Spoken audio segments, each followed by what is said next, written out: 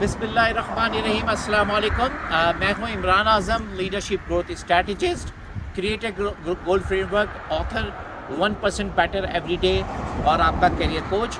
आपको resume clinic के एक और सेगमेंट पे खुश आमदीद कहता हूं। मेरे दोस्तों, थोड़ी देर पहले हमने बात की थी कि मैंने आपको बताया था मैं अल्बर्टा के बड़ा ही खूबसूरत ये कैपिटल सिटी है एडमिंटन में इस वक्त मौजूद हूँ और रात के 8 बजे का इस वक्त हो रहा है और बड़ा ही खूबसूरत सा समा है। टेम्परेचर जो है बहुत ही ज़्यादा इस वक्त बड़ा खुशगवार हो रहा है और हार्डली +9 +10 ये टेम्परेचर होगा और काफ़ी इंजॉयबल वेदर है। बहुत अच्छा आपने देखा कि कितना ज़बरदस्त गवर्नमेंट भी यहाँ पे काम करती है ओजोन को जो लेयर्स को कवर करने के लिए और ग्लोबल इन्वायरमेंट के हवाले से उसको कोप करने के लिए जगह जगह जो है प्लांटेशन है, दरख्त है और इस वक्त मौसम बड़े ज़बरदस्त हो रहा है। स्प्रिंग का सीज़न है यहाँ पे तो जो है आपको फ्लावर्स भी जगह जगह जो है वो नज़र आ रहे होते हैं। इस वक्त थोड़ा सा हमने आपको अर्बन टच देने के लिए एक ऐसी जगह पे मैं आया हूँ जहाँ पे डिपार्टमेंट स्टोर्स भी हैं, फ्रेशको है, शॉपर्स ड्रग मार्ट है, पेट्रो कैनेडा बड़ा मशहूर यहाँ पे एक चेन है, फ्रेंचाइज है पेट्रोल के हवाले से और गैस स्टेशन के हवाले से। तो आज हम जो बात आपसे करेंगे वो रेज्यूमे क्लिनिक के इस सेगमेंट में हम बात करेंगे स्टार टेक्निक की। मैंने अपने इससे पहले एक सेगमेंट में बताया था कि स्टार टेक्निक के लिए स्टार टेक्निक है क्या कि आपको अपने रेज्यूमे को जो है ये आपके लिए एक मार्केटिंग टूल हो सकता है और होना भी चाहिए जिसमें आप अपनी अकम्पलिशमेंट्स को हाईलाइट करेंगे। तो star technique is all about situation, task, action and results. तो जब भी आपको कोई अपने रेज्यूमे के अंदर अपनी अकम्पलिशमेंट को आप हाईलाइट करें, आपके लिए बड़ा ज़रूरी है कि एक सिचुएशन से बनाए, एक स्टोरी से बनाएंगे आप। स्टोरी क्या है? कहानी बनानी है, एक वाक़या बनाना, एक सिचुएशन बनानी है और अपने ऑडियंस को, जो आपकी ऑडियंस कौन है, आपका रिक्रूटर, आपका हायरिंग मैनेजर, उसको ये चीज़ बतानी है आपने कि कैसे आपने मुश्किल हालात में, कैसे आपने डिफरेंट इन्वायरमेंट में, कैसे आपने जॉब की सिचुएशंस में आपने ज़बरदस्त तरीके से अपनी कुछ स्किल्स दिखाई हैं। अच्छा, कुछ स्किल्स ऐसी होती है मेरे दोस्तों जो हर जॉब के लिए बड़ी कॉमन होती हैं। मिसाल के तौर पे अमूमन आप देखिए मैनेजर लेवल की जो जॉब होगी तो उसमें आपको लीडरशिप स्किल्स चाहिए होंगी, ठीक है।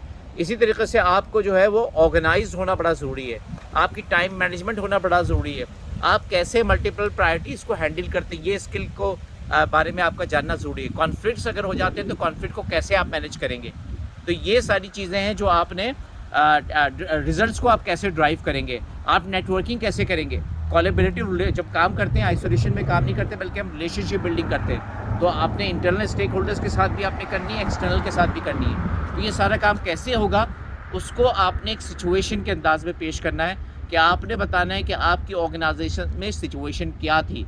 क्या आपको कोई प्रोजेक्ट में काम करने का कहा गया था, कोई आप सस्टेनेबिलिटी रिपोर्ट बना रहे थे, कोई आप ISO की इम्प्लीमेंटेशन कर रहे थे सिस्टम्स की, कोई आप कोई आपको एक ऐसा प्रोजेक्ट दिया था कॉम्पनसेशन बेनिफिट्स के हवाले से जिसमें आपने लोगों की बाई इन लेनी थी, कोई सर्वे आपने करना था।